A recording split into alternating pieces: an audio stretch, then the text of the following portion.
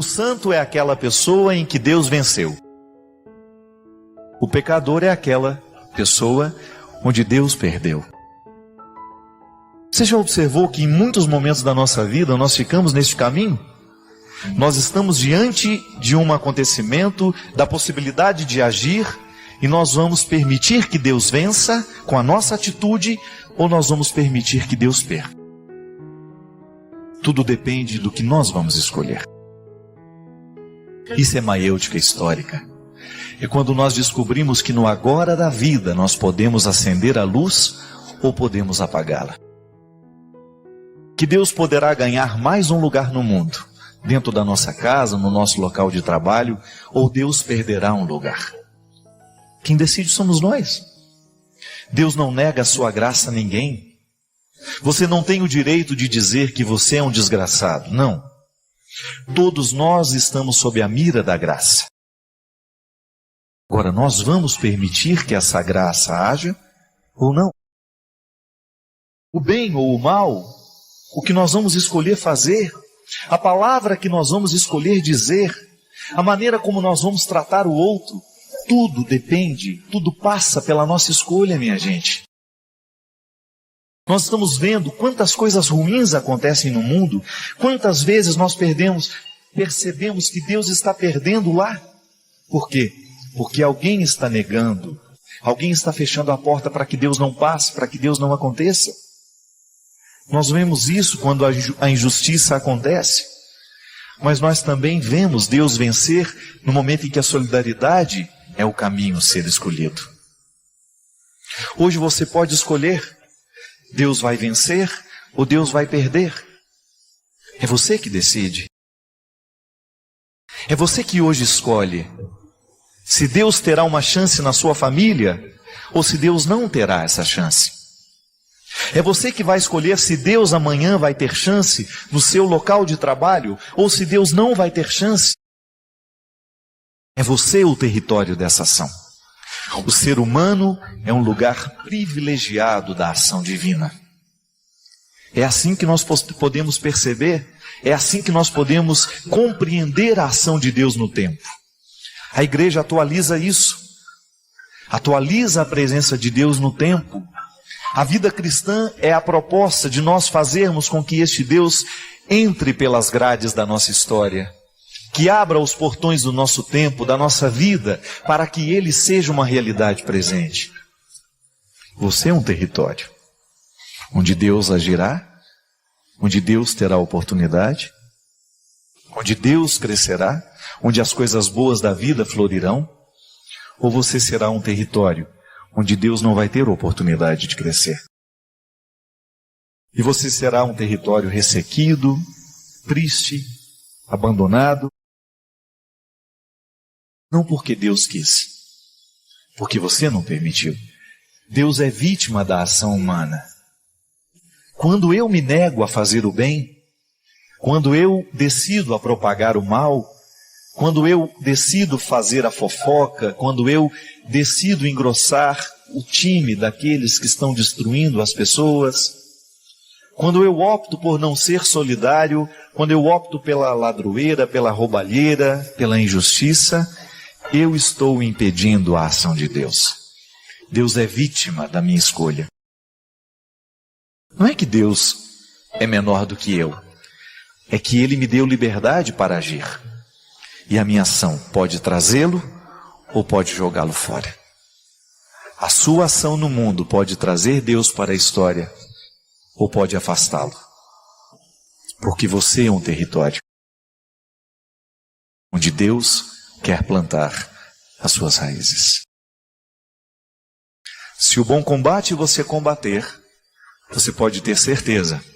Se você permanecer firme diante de todas as escolhas que fazem parte do Evangelho, se você fizer uma parceria com Deus, de ser um lugar onde Ele tem chance, você pode ter certeza que a sua maior riqueza já estará antecipada neste tempo, porque você vai se transformar numa pessoa rara. Você vai se transformar numa pessoa especial. Agora, se você nega, se você não permite que Deus haja na sua vida, é bem provável que você vai se transformar em mais um. que você vai engrossar o time dos necessitados, daqueles que não agregam, daqueles que destroem, daqueles que não fazem diferença no mundo. E é muito triste viver assim. A gente encontra pelo mundo pessoas que não fazem diferença, que se estão ou não estão, mas a gente se alegra muito cada vez que nós encontramos pessoas que são capazes de transformarem a sua sociedade, o seu tempo, a sua cidade, através de gestos concretos, de mentalidades que se transformam em posturas que são capazes de transformar a vida das pessoas e tornar esse mundo um lugar melhor. Esse é o nosso desejo. Hoje, dar a Deus a oportunidade de trabalhar alguma coisa no nosso coração. Todos nós precisamos. Eu preciso, você precisa, nós somos todos iguais. Todos nós somos necessitados desta transformação, desta conversão. E a gente espera que você possa aliviar o seu coração. Tenho algumas dúvidas sobre o catolicismo e queria que você me respondesse. Hoje vivemos num mundo capitalista que valoriza a riqueza, a beleza e o poder. E este capitalismo está intimamente ligado com os valores protestantes. Vide a ética protestante e o espírito do capitalismo de Max Weber. O catolicismo e seu desenvolvimento está intimamente ligado ao feudalismo, onde seus valores foram muito mais fundamentados, onde a instituição igreja pode se estruturar também para acumular riquezas. E até hoje vejo resquícios dessa época em nossa cultura católica. Uma vez, padre, ouvi de um outro padre da paróquia onde eu cresci, que a igreja é santa, mas também pecadora. Santa porque tem sua origem em Jesus e Pedro. Pecadora porque é feita por homens e mulheres, como eu e você. Que a igreja erra por ser feita de pessoas filhas de Deus, mas também de santos. Considerando estes pontos acima e a minha experiência dentro da igreja e de vida, me pergunto sobre certos valores que eu cresci ouvindo e que hoje tenho dúvidas. Valores não relativos ao amor, à doação, ao próximo ou a Deus, mas valores relativos ao trabalho, às penitências, às culpas. O catolicismo é muito mais ligado ao humanismo que à racionalidade. Sempre estudei muito e às vezes me pego me punindo por ter estudado bem, por ter um emprego bom, uma família feliz, saudável. Parece que não faz parte da minha cultura. Parece que para eu estar perto de Deus eu devo procurar a pobreza, me penitenciar, abdicar do estudo para viver uma vida apenas espiritual. Parece que estou cometendo um crime quando estou trabalhando e produzindo para a empresa na qual eu trabalho, ou querendo resultados capitalistas. Como disse, acho que isso está muito ligado às minhas raízes católicas. A sociedade nos cobra uma coisa, mas a igreja nos cobra outra. Queria que você desenvolvesse essa relação que vivemos hoje com o mundo capitalista, padre, e sobre isso refletisse. Como ser católico e viver no mundo capitalista e, ao mesmo tempo, administrando valores cristãos que são tão diferentes? Alguém aqui já viveu isso na carne também, esse conflito? Já? É muito comum isso, né? Quando uma pessoa, sobretudo quando você encontra uma pessoa que fez a experiência de Deus e é uma pessoa de muitos bens. Parece que ela, num primeiro momento, ela até enxerga a riqueza que acumulou, né, como uma contradição aos valores que agora está assumindo, né? Eu achei interessante porque é muito lúcido, né, o discurso da Andressa. E há alguns pontos interessantes, minha filha. Por exemplo, quando você fala que a igreja é divina em Jesus e Pedro, não, ela é divina em Jesus, né, no Cristo, né? Pedro já faz parte da humanidade da igreja, porque Jesus é o Cristo. E Jesus, quando nós falamos Jesus, nós estamos falando do mistério encarnado, é o Verbo que assume, né, a carne e que tem nome de Jesus. Mas nele está a divindade. Pedro é a continuidade histórica do mistério, né, do mistério que o Cristo institucionaliza, né, e que traz para a humanidade. Até eu acho interessante porque eu tinha um professor na teologia, isso parece heresia, mas não é não, já vou me explicar. Ele fala assim, Jesus queria o reino, mas Pedro fez a igreja. Interessante isso, né? O desejo de Jesus era o reino de Deus, mas nós só conseguimos dar a ele a igreja, ainda. Porque a igreja é uma formatação humana, limitada, porque somos humanos, mas estamos a caminho. Por isso que o Concílio Vaticano II fala de maneira tão bonita que o reino de Deus subsiste dentro da igreja. A igreja de Cristo subsiste dentro da igreja católica. Isso é, nós estamos conectados ao princípio do mistério, mas nós não somos a totalidade do mistério revelado. Nós somos a plenitude do mistério revelado. É por isso que nós temos que ter muita tolerância com as outras religiões que são diferentes das nossas. Ela está em conflito porque justamente ela teve um encontro com outras religiões, com outras culturas. E é bonito que a gente também precisa identificar que as outras religiões, as outras culturas, também vivem a sua experiência de Antigo Testamento. Nós também vivemos, antes de chegar a Jesus, a gente passou pela experiência do Antigo Testamento. Então a igreja de Cristo subsiste na igreja católica, tá certo. Então aqui nós temos uma primazia, a primazia de Pedro. É a igreja que Jesus institui, porque ele queria o reino, esta igreja significava a presença do reino.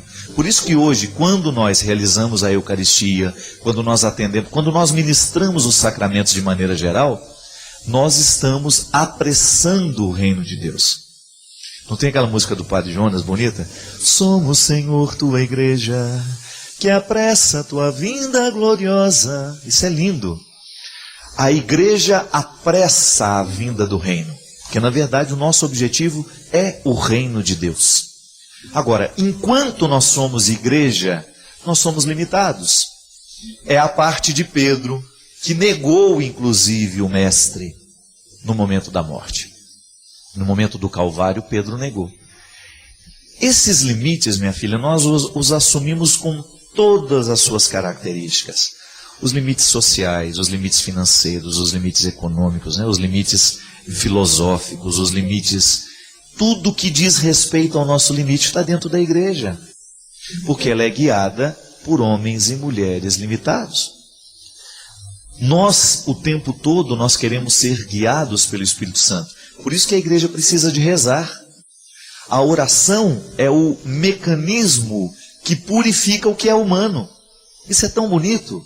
Você pensar que quando você reza, você está passando por um processo de purificação daquilo que é excessivo em você.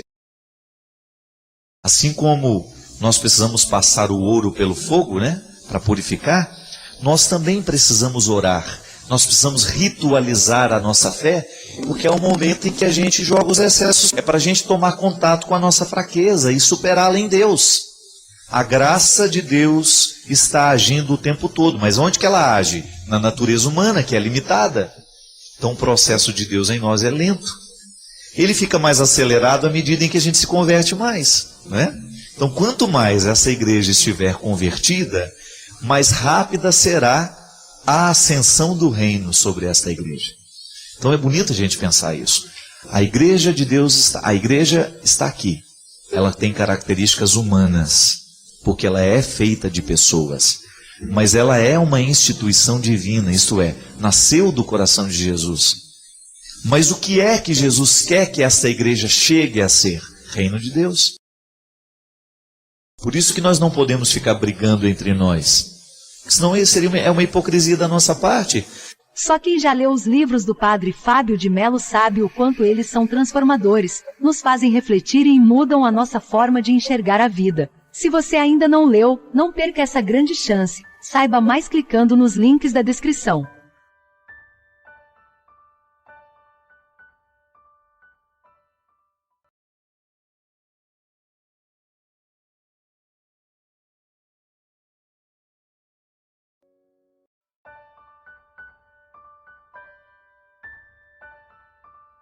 E quando eu falo de oração, minha gente, compreenda da maneira mais ampla, da oração mais tradicional até aquela satisfação que o seu coração sente de repente, de saber que você está conectado a Deus. Que Deus faz parte da sua história. Que você o reconhece presente no seu caminho, na sua história. Tudo isso é orar. Viver pode ser uma oração. Desde que você amanheça o dia e se disponha a viver bem, a fazer bem às pessoas que você vai encontrar, a não ser um peso para o outro, a ajudar o mundo a ser melhor. Tudo isso é rezar. Aí veja bem, a nossa oração também tem duas dimensões. Aquela reverência a Deus, eu reconheço Deus como meu Salvador, meu Senhor, a Ele presto louvor, culto. Mas quando me encontro com as pessoas, eu preciso também recordar que o louvor que agrada a Deus é o amor que eu amo, é o perdão que eu concedo, o abraço que eu dou, não é assim? Não é nenhum problema a gente errar um com o outro. Às vezes a gente erra, mas é tão nobre a gente reconhecer, olha, me desculpa, me perdoa. Isso é orar. Isso é louvar a Deus. Não foi Jesus que disse? Antes de apresentar a oferenda, vai e reconcilia com seu irmão, com seu amigo que você está meio brigado, né? Com aquele que você já não fala há tanto tempo, com aquele que você guardou rancor, ódio, ressentimento. Porque a vida sempre vai nos oferecer esses dois pilares. É a transcendência e a imanência de Deus. Eu posso elevar os braços para o céu, louvar a Deus, mas eu preciso saber que meus pés continuam presos nesse chão. Não é? A cruz tem a dimensão vertical, mas ela também tem a dimensão horizontal. Se você olhar para o lugar em que Jesus foi crucificado, lá você tem fé no homem, fé em Deus. Um traço nos aponta para o céu, onde nós permitimos que o nosso coração vá sempre, que ele transcenda, que ele saia, né, que ele voe longe, que ele busque a eternidade, mas por outro lado existe um outro traço nos mantendo no horizonte da história. A cruz é essa metáfora. Entre Deus e a humanidade há um ponto de união. E que a fé bem praticada, ela vai nos colocar sempre nessa dinâmica. O amor que eu tenho a Deus se manifesta na minha história. É a grande questão que São Tiago apresenta na carta, né? É fé ou é obras? E que durante muito tempo dividiu protestantes e católicos. Protestantes acreditando que a fé é o suficiente para salvar, e outros dizendo que precisa ter as obras. E aí São Tiago propondo de maneira equilibrada os dois caminhos. A minha fé tem que se manifestar em obras muito concretas, porque senão ela fica morta. Eu admirei muito, por exemplo, nesse tempo de tragédias, admirei muitos evangélicos que eu vi pela internet criando campanhas de solidariedade com aqueles que estão sofrendo lá na serra. Porque à medida que o tempo vai passando, a gente corre o risco de esquecer que o sofrimento ainda está lá em Teresópolis, Friburgo, né? Petrópolis. E eu vi ali os evangélicos, o pessoal do Diante do Trono, Ana Paula Valadão, fazendo a campanha dela. Outros evangélicos, alguns pastores que eu vejo no Twitter. E fiquei pensando, olha que interessante, né? O processo histórico. Eles hoje vivendo o equilíbrio da proposta de Tiago. Fé e obra. Nós acreditamos em Deus. E o Deus que eu acredito me leva a estender a mão. Minha gente, fé, essa dimensão bonita da vida, precisa se desdobrar. Recorde-se da cruz. Quando eu abençoo você aqui, ministerialmente falando, eu estou lhe colocando neste caminho. Esteja em Deus, mas não esqueça de viver a história. Que a sua religião não seja alienante. E que a sua história não lhe faça esquecer da transcendência. Não reduza Deus a uma sociologia. Traga Deus para a sociologia. E descubra que a sociologia que propõe a solidariedade nasceu em Jesus. É isso que nós precisamos. Chega de praticar uma fé que nos desequilibra. Nós precisamos de gente equilibrada. Você sabe que cada vez mais eu me convenço. O grande testemunho que nós podemos dar àqueles que não creem é o nosso equilíbrio. É a gente mostrar com a nossa vida que nós somos homens e mulheres de reflexão, que nós somos homens e mulheres de bom senso e que a religião fez bem ao nosso coração. Somos loucos por Deus, mas aqui a gente está mantendo um equilíbrio de sanidade. Que a nossa experiência de Deus está nos ajudando a viver neste tempo, apontando para a eternidade, mas fazendo com que essa história seja melhor a cada dia. Assim como o deputado federal hoje deu uma lição de cidadania, hoje ou ontem, não sei, um deputado jovem de Brasília, que eu não me recordo o nome dele, ele renunciando a vários direitos para economizar os cofres públicos. É assim. Quando eu, na minha atitude, na minha postura, posso fazer o mundo ser melhor. O Deus que move o meu coração, o Deus que gera a minha fé, que Ele me entrega o tempo todo como um dom, Ele me leva a ter atitudes, gestos que possam mostrar ao outro que eu acredito. Isso convence. A atitude, ela convence. Quando as pessoas olharem para nós e descobrirem que nós estamos comprometidos com a verdade, com a justiça, com o amor, com a misericórdia, porque nós acreditamos em Jesus. Padre Fábio, o mal é onipresente? Por que ele se propaga tanto? Veja bem, como é que o mal pode ser onipresente? À medida em que ele tem legítimos representantes, não é verdade? A partir do momento em que ele é representado por pessoas esparramadas por este mundo. Eu sempre digo, minha gente, volto a dizer, o que é a estrutura maligna no mundo? O mal existe enquanto processo de sedução, essa afirmação do demônio, do diabo. Nós já falamos muitas vezes sobre isso aqui. O que é o diabo? É aquele que divide, é aquele que separa, é aquele que quebra. A estrutura diabólica é aquela que quebra o ser humano, que desintegra os valores humanos, que prejudica o andamento da vida. É aquele que vai atarracando, que vai segurando o processo do humano. Essa experiência de estar em todos os lugares é porque alguém está legitimando a presença do mal naquele momento. Hoje, por exemplo, você teve a oportunidade de ser bom e de ser mal. Você pôde passar pelo processo de escolher. A vida aconteceu na sua história, hoje a vida aconteceu em você, e você teve a possibilidade de escolher se você iria agir com bondade ou com maldade. Se você escolheu agir com bondade, o mal não foi presente na sua vida. Você deixou de legitimar a presença do mal e, ao contrário, legitimou a presença do bem na sua atitude. Agora, se naquele momento a sua fraqueza prevaleceu sobre você e a opção pelo mal aconteceu, você legitimou a presença do mal no mundo. É assim que o diabo vence, quando o humano cede.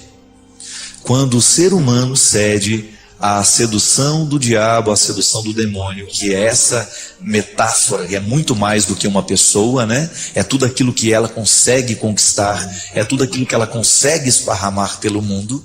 Então, de fato, o mal consegue ser onipresente, porque se ele consegue legitimar representantes em diversos lugares do mundo, ele está agindo, então, através das mais diversas situações. O sequestro é uma das mais terríveis espécies de violência no mundo de hoje. Se você já passou pela experiência de ter um amigo sequestrado, de ter uma pessoa da sua casa sequestrada, você sabe muito bem. Ou então, se você passou pela experiência do sequestro, você sabe muito bem. O que é o sequestro? É uma presença do mal agindo pela força de pessoas. É o total desrespeito à humanidade daquela pessoa que está sendo rendida, daquela pessoa que está colocada em cativeiro. Da mesma forma como o assassinato é uma legitimação da presença do mal no mundo, da mesma forma como o roubo. Gente, e este mal, ele tem proporções. O diabo vence em grandes coisas e o diabo vence em pequenas coisas. É a gente que escolhe se ele vai vencer ou se ele vai perder. O cristianismo é sempre uma proposta de fazer vencer o bem. O cristianismo é sempre uma proposta de fazer prevalecer no mundo aquilo que é bom, aquilo que provoca o bem na pessoa. Quando nós temos a opção, a possibilidade de escolher, você tem diante de você dois comportamentos, ali está a possibilidade de você fazer vencer a Deus ou fazer vencer o diabo. Basta você escolher bem.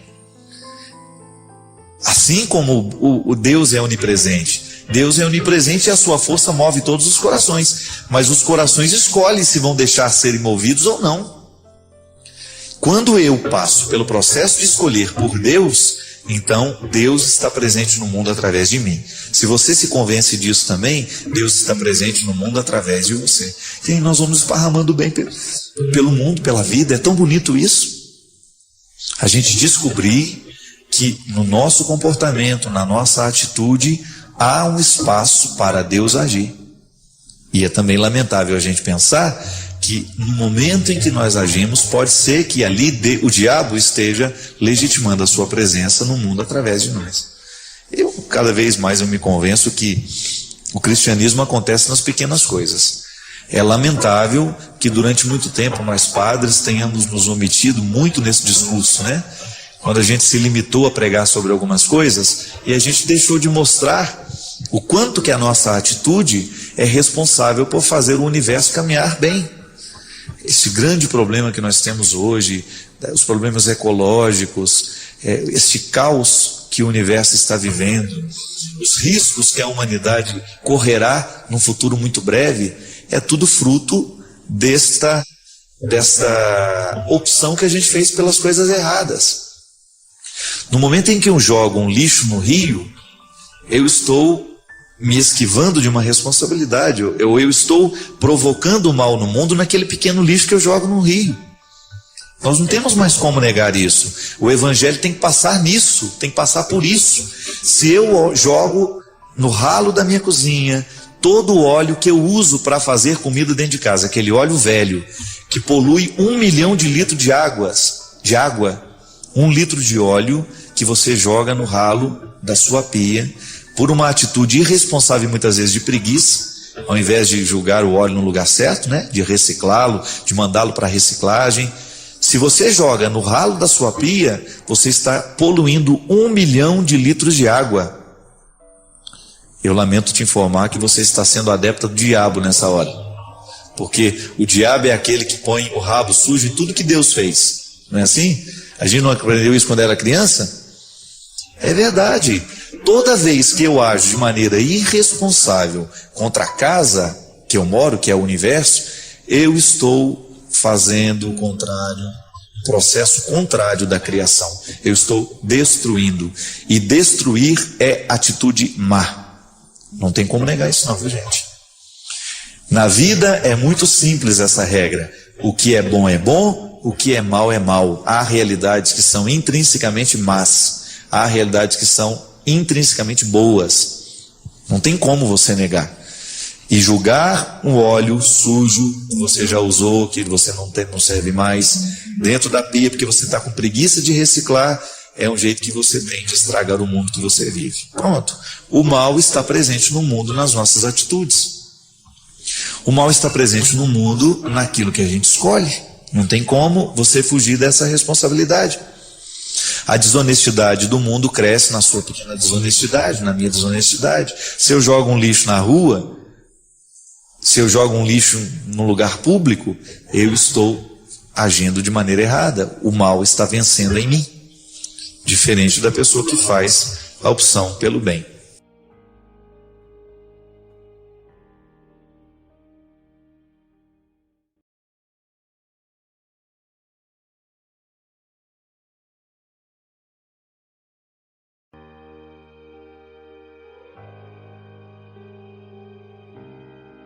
Obrigado pela oportunidade de estar com você, de falar com você, de entrar na sua vida, de interferir nela. É com muito carinho, com muita responsabilidade que quero viver esse ofício. De estabelecer com você essa comunhão, porque outro desejo não tenho Não quero estar aqui só para fazer um programa, não. Quero entrar em comunhão. O instrumento que nos permite essa comunhão é a palavra. É a oportunidade que a gente tem de se revelar. É uma epifania. A palavra é naturalmente epifânica.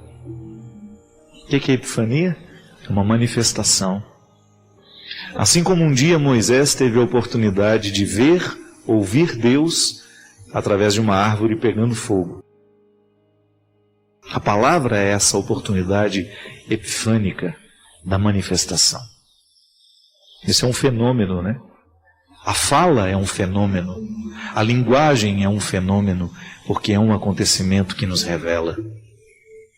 Estamos nas palavras, estamos nas entrelinhas, estamos nos silêncios, estamos nas pausas, estamos na continuidade. E esse programa é uma oportunidade que a gente tem de se manifestar.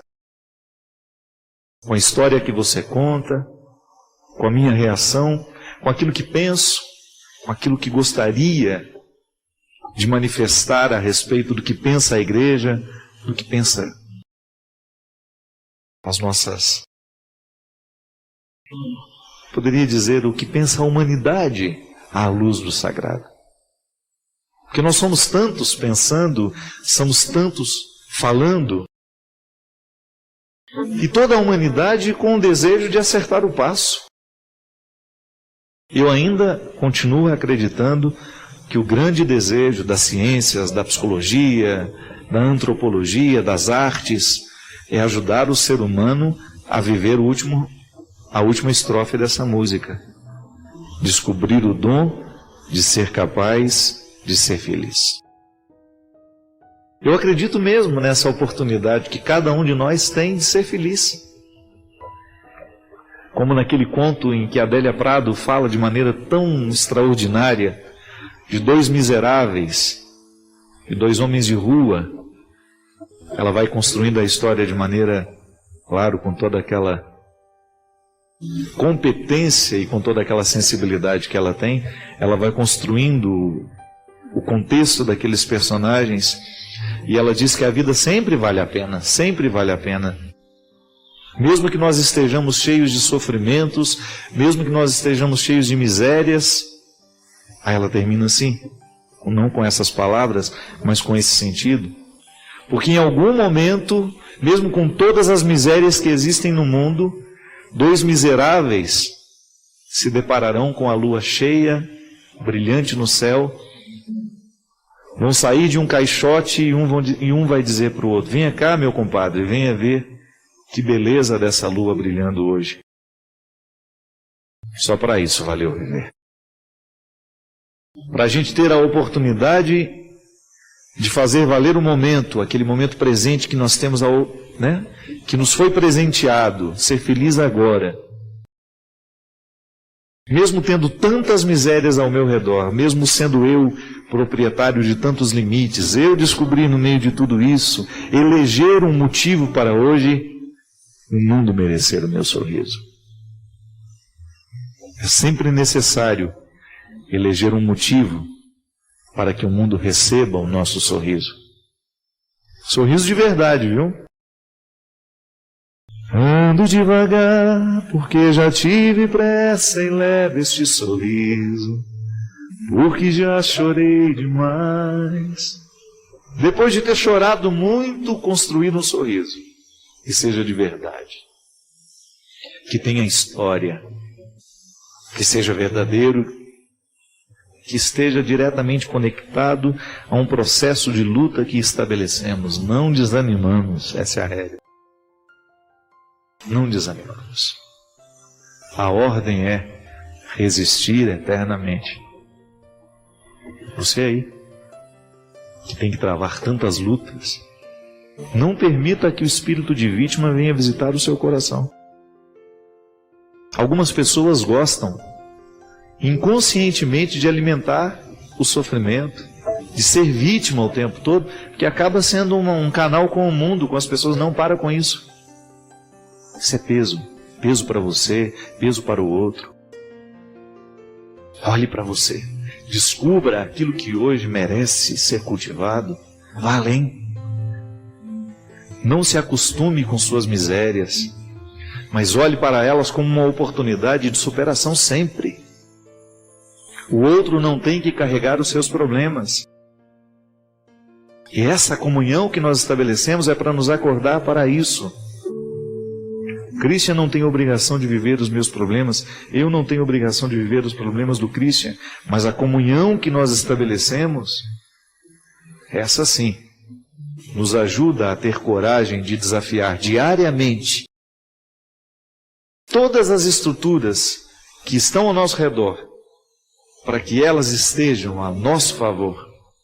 Que eu não fique eternamente lamentando as minhas escolhas, que eu não fique eternamente lamentando as minhas dificuldades, que eu não fique eternamente com o mesmo assunto, contando a mesma história, reclamando da mesma pessoa. Não pode ser assim.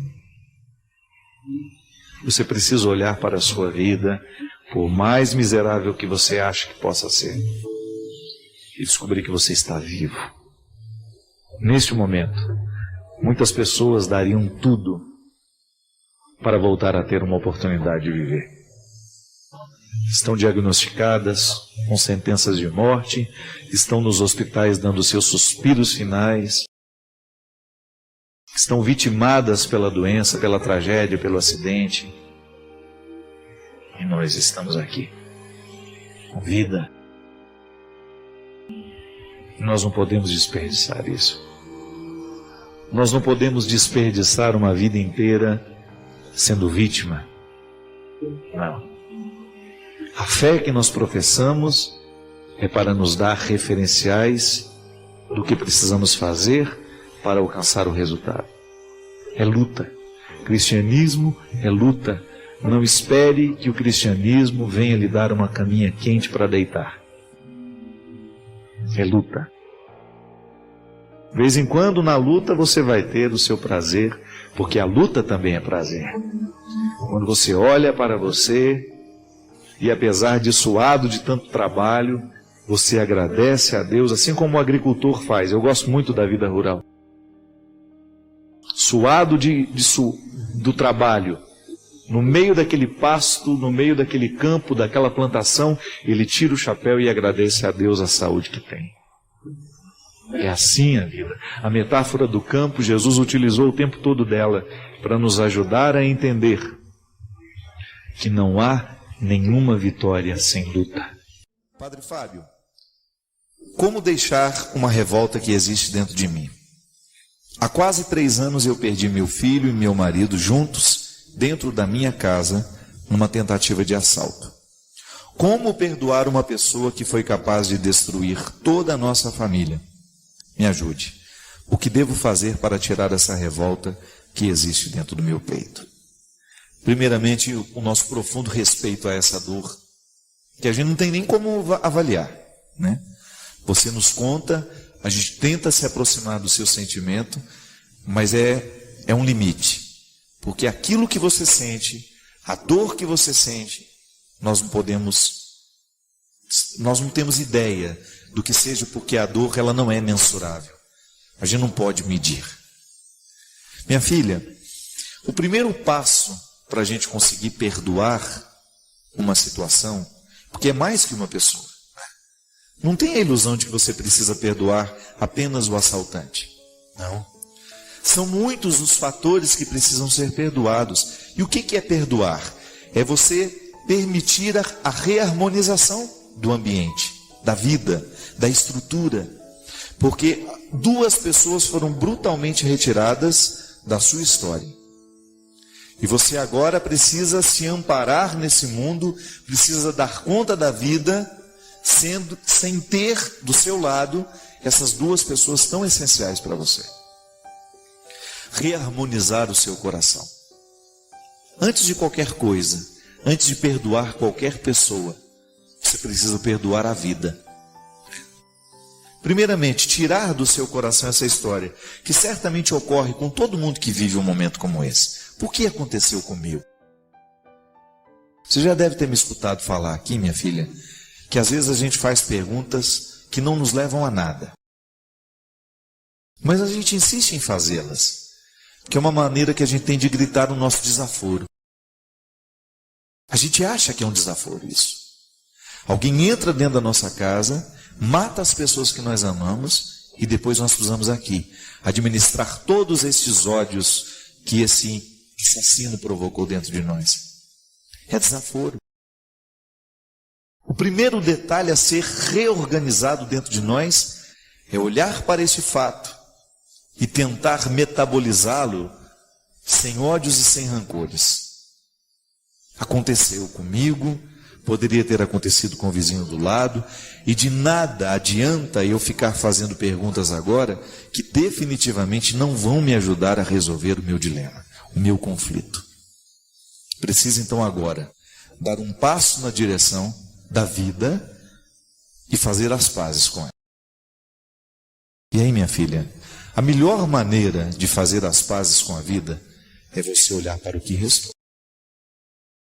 O que dessa família tão desestruturada existe para você?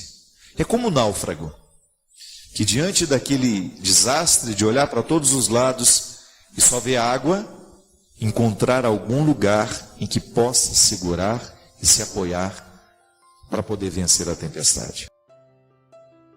É a hora de você olhar para os seus valores, para as pessoas que você ama e você dar um passo na direção delas. Isso é perdoar a vida. É você se dispor a continuar vivendo. Porque o perdão ao assassino pode ser que você vá conseguir daqui a um tempo. Você só vai conseguir perdoar o assassino, se você conseguir dar esse passo na direção da vida. E o passo na direção da vida é que vai ajudar você a reorganizar o sentimento que te machuca tanto. Porque antes de perdoar as pessoas, a gente tem que perdoar o acontecimento.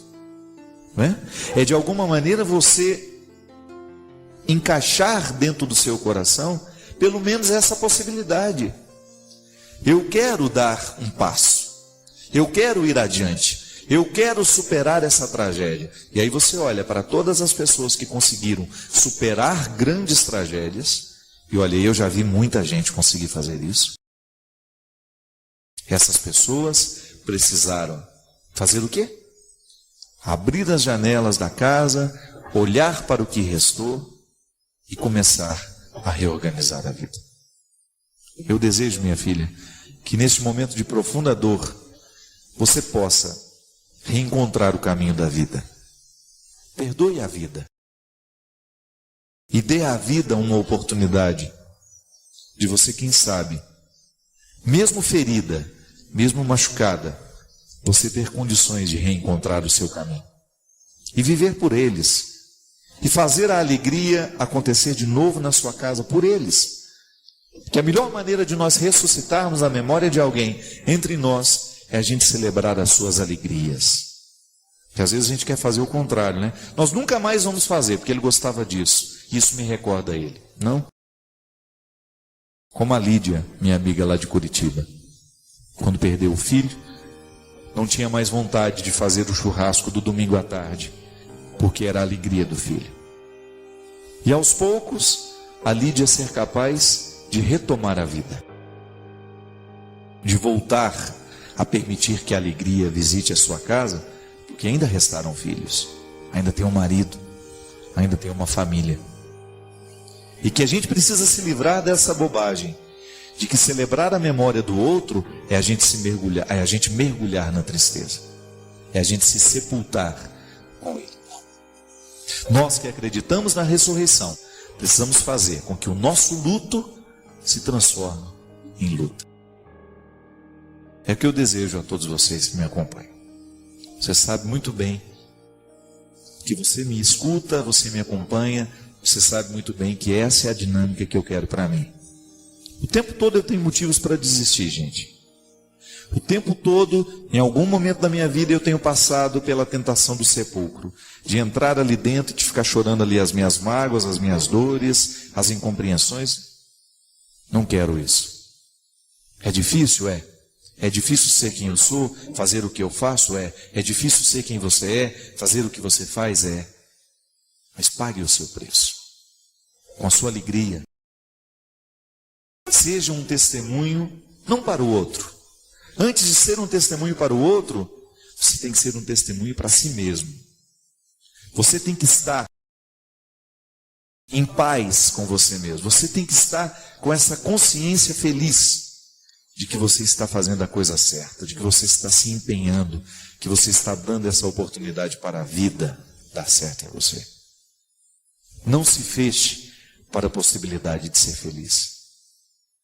Apesar de tudo o que tem acontecido, apesar de todas as desgraças que possam ter visitado a sua vida, não se feche para a possibilidade de ser feliz. Não sabemos quanto tempo nos resta, mas a gente pode fazer deste tempo que nos resta uma oportunidade de mudar a história, de mudar a vida, de mudar as pessoas que estão do nosso lado. Como? Vivendo bem, fazendo bem as coisas, aproveitando bem essa oportunidade de ser quem você é, libertando-se dos seus excessos e transformando o luto em luta. Obrigado pelo seu carinho, pela sua atenção, e que Deus abençoe muito você. Que Deus derrame sobre o seu coração, sobre a sua casa, sobre a sua vida, a disposição que caracterizou o coração de Nossa Senhora, para que, exemplo dela, a gente também possa ser um cristão de verdade, levando sempre Jesus no colo, para apresentá-lo àqueles que ainda não o conhecem. Derrame sobre nós a bênção do Deus Todo-Poderoso, Pai, Filho e Espírito Santo.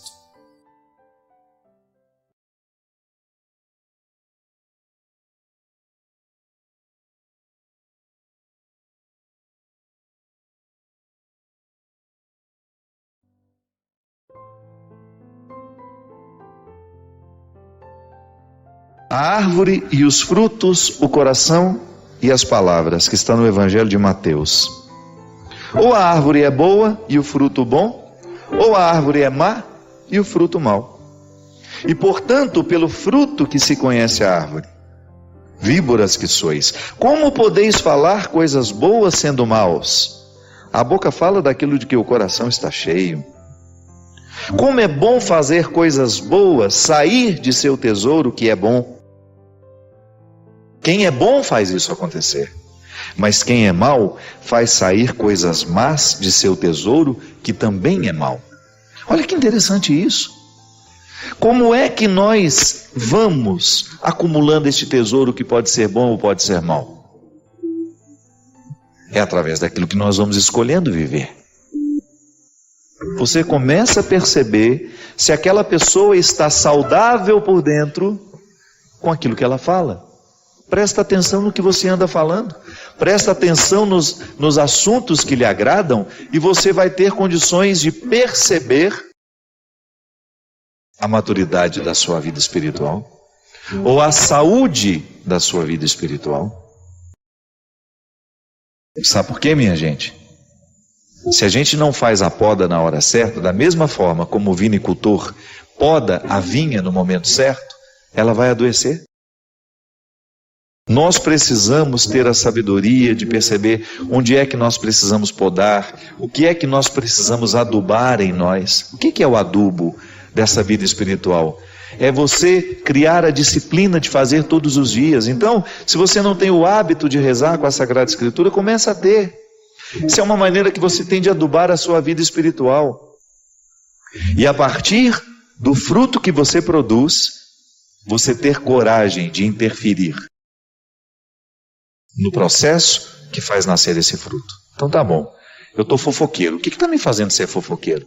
Ah, é aquele grupo de amigos. Então, neutraliza o poder daquele grupo sobre você. Fale menos, esteja menos. Ou quando aquele assunto começar a falar, gente, eu gostaria de mudar um pouco o meu jeito de ser e quem sabe vocês possam me ajudar. Queria falar menos. Queria falar só coisas que realmente possam engrandecer a nossa convivência. Vamos mudar um pouco os nossos assuntos. Vamos falar de coisas que nos agreguem, que nos façam bem. Ali, você está interferindo de maneira direta na produção dos seus frutos. Isso é uma responsabilidade, minha gente, que nós não podemos abrir mão. Isso é determinante. para que o nosso cristianismo seja frutuoso ou não. Eu acho que Deus fica tão feliz, né? Quando Ele percebe que nós estamos cuidando das pequenas coisas, que nós estamos honrando a nossa parceria com Ele, que nós não estamos sendo relapsos com a nossa saúde, da mesma maneira como um pai fica feliz vendo o filho se cuidando.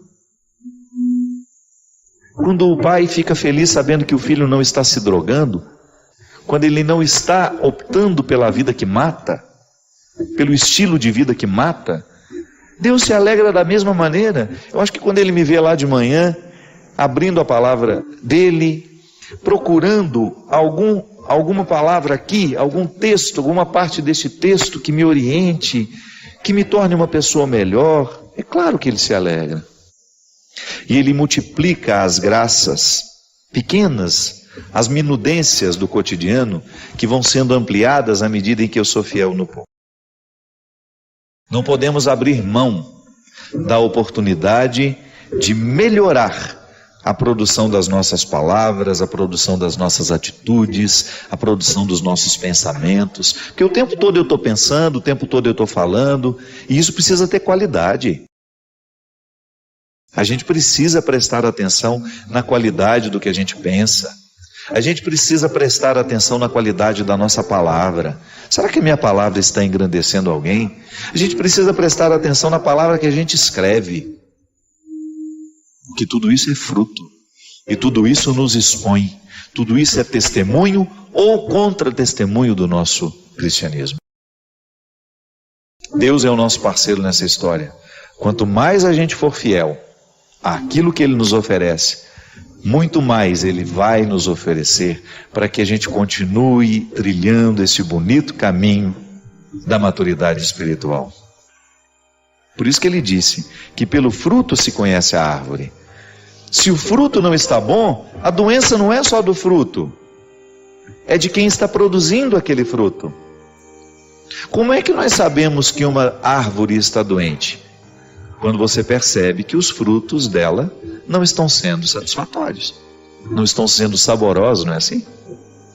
Veja bem, o vinicultor é aquele agricultor responsável por administrar a saúde da vinha. Então, se as uvas estão bonitas, o vinicultor será sempre o responsável pela beleza das uvas. Aqui, Jesus está dizendo que a pessoa que é má, na sua natureza, sabe quando a pessoa vai ficando má, ruim? Quando ela vai fazendo parcerias com as coisas ruins da vida. Porque nós não nascemos maus. A própria filosofia já dizia isso. O homem é bom, o homem nasce bom, o meio é que o corrompe. O meio é que o estraga. O que é o meio? São as influências que eu tenho, são os amigos que eu levo para minha casa, são as pessoas que eu permito que tenham influência sobre mim. Esse é o meu meio. E é este meio que pode me estragar, ou é este meio que pode me salvar. Então, se eu estou fazendo escolhas ruins, é bem provável que eu esteja tendo um tesouro mau. Então fica muito difícil eu, tendo um tesouro mau, querer oferecer coisas boas aos outros. É por isso que Deus não trabalha na mentira. É por isso que Deus não pode agir num coração mentiroso. Porque se falta a honestidade, como é que Ele vai agir em nós? Se eu não reconheço que os meus frutos estão ruins, como é que Ele vai agir em mim? O primeiro passo é eu ter a humildade de perceber e de reconhecer que o meu jeito de viver não está produzindo coisas boas. Que as minhas palavras não estão edificando, que as minhas palavras não estão engrandecendo a vida do outro, né? Que a minha palavra não tem sido conselheira, que a minha palavra tem sido diabólica, porque corta no meio, minha palavra é fofoqueira, a minha palavra é de maledicência. Toda vez que eu abro a boca é para falar mal de alguém, toda vez que eu abro um assunto é para falar mal da vida de uma pessoa. Isso é fruto. O vinicultor é o especializado, é o agricultor especializado em perceber a aparência da vinha e saber se ela está doente ou se ela está saudável. Minha gente, a mesma coisa é com a gente, em se tratando de vida espiritual. Mas quem nos observa para dizer se nós estamos doentes ou não? Quem é que percebe se os nossos frutos estão de acordo com aquilo que a gente pode produzir ou não? Somos nós mesmos. Nós somos os vinicultores da nossa vida espiritual. Nós somos os primeiros responsáveis pela maturidade espiritual que temos ou pela imaturidade espiritual que temos. Os outros que estão ao nosso redor podem nos ajudar, mas é a honestidade diária que nos faz prestar atenção nos frutos que nós estamos produzindo, que vai nos dar condições de agir diretamente no nosso jeito de ser, para a gente modificar essa produção. Minha gente, é impressionante como Deus faz grandes milagres em nós, quando nós oferecemos a Ele pequenas atitudes. Pequenas atitudes geram grandes milagres. É igual a pequena disciplina. Se eu preciso emagrecer, eu tenho que estabelecer todos os dias uma pequena disciplina para mim, que não muda a minha vida.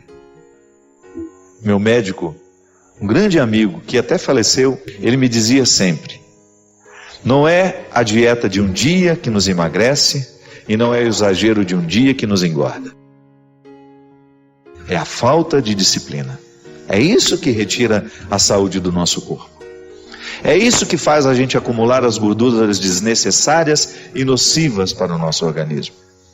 Quando eu não tenho a disciplina de olhar para o meu dia e de proporcionar esse grande milagre que é a minha saúde através de uma atitude, eu não posso acreditar em milagre. Eu só tenho o direito de acreditar no milagre que eu ajudo a contribuir. Se sou fiel no pouco, Ele me confiará muito mais. Essa regra é para mim, essa regra é para você, essa regra é para o Diego. Essa regra é para todos nós que queremos ser gente. Essa regra é para todos nós que estamos um pouco preocupados com a qualidade da nossa vida cristã. Porque, é claro, que se você for pegar os cristãos que estão esparramados pelo mundo, pode ser que metade não esteja nem aí para as suas atitudes, não esteja nem um pouco comprometida. Essa metade não está nem um pouco comprometida com as exigências do cristianismo. Vive como se Deus não existisse. Tem apenas uma religião de preceito. Mas não é o nosso caso. Se nós queremos crescer, se nós queremos que o nosso cristianismo seja frutuoso, nós temos que ter muita honestidade na observância desses frutos. E a poda é o quê? Começa a tirar da sua vida aquilo que você sabe que te prejudica espiritualmente. Aquele programa de televisão que ao invés de fazer bem, te faz mal. Aquela leitura que ao invés de fazer bem, te faz mal.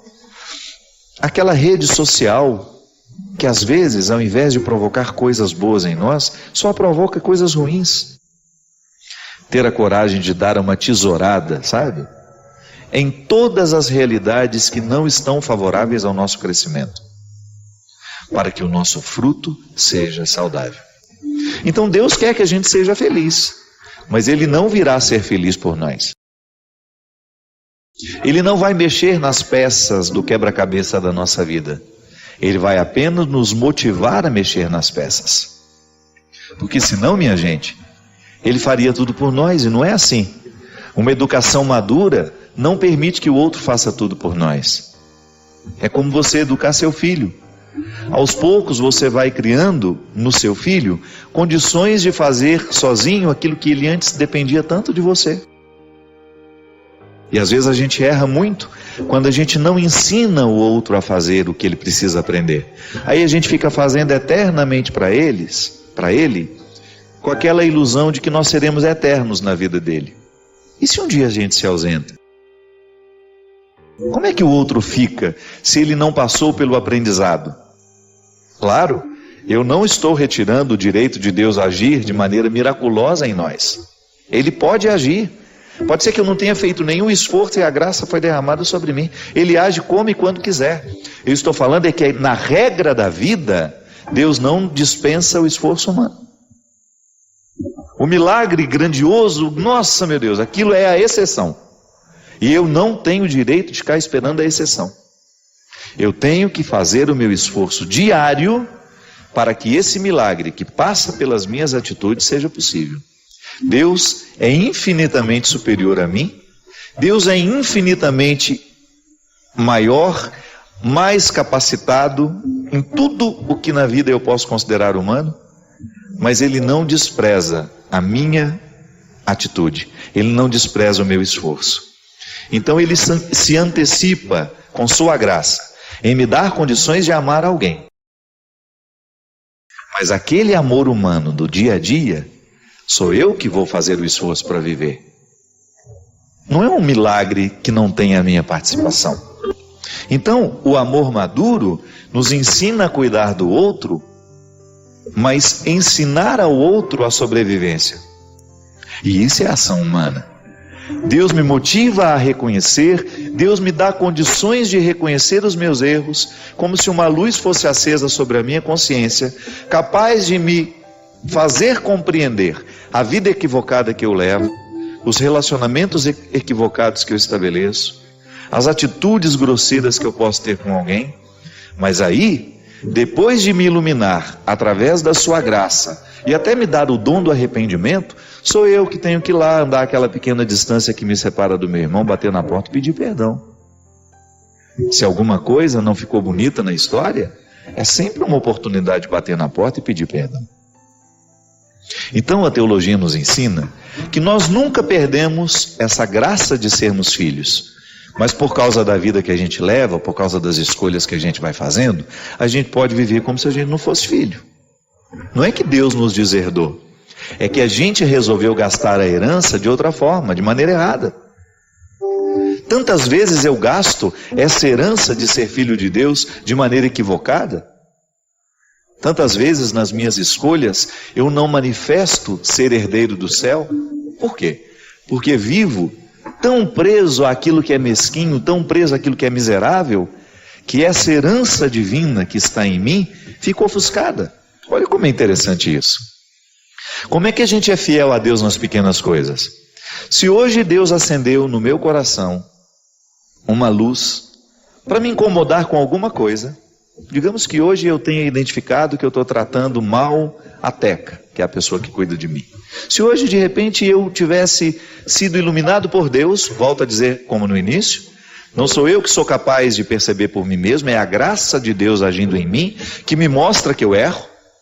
Já é a ação de Deus em nós quando nós percebemos que erramos. Aí eu começo a olhar para o meu jeito de tratar a Teca e vou fazer um compromisso comigo e com ela. Eu vou minimizar tudo aquilo que me faz tratar de maneira errada a Teca. E eu vou ser fiel àquilo a que me comprometo. É claro, a teologia nos ensina que há sempre um agir de Deus que antecede toda e qualquer ação humana. Então eu não sou bom porque eu sou bom. Eu sou bom porque Deus é bom em mim. Então a minha essência, que participa da essência divina, porque eu sou filho dele, e tenho todos os sacramentos para me ajudar a fazer essa filiação ser cada vez mais evidente em mim. Pode observar, sempre que você precisa perdoar alguém, se você já sente no coração que precisa perdoar ou que precisa pedir perdão, você já está movido pela graça divina. Santo Agostinho nos dizia que até para a gente se reconhecer pecador, nós precisamos da graça de Deus em nós, por causa do nosso pecado. É simples compreender isso. Eu, porque sou pecador, costumo ser arrogante, porque sou pecador, costumo ser orgulhoso. E quando sou arrogante, quando sou orgulhoso, eu sou incapaz de perceber os meus erros, de reconhecê-los. Então eu sempre vou achar que é o outro que errou, que é o outro que pisou na bola, que é o outro que não fez tudo certo. Tudo bem, ele pode até ter errado, ele pode até ter feito tudo da maneira como nós não combinamos, mas é sempre interessante a gente oferecer ao outro uma nova oportunidade.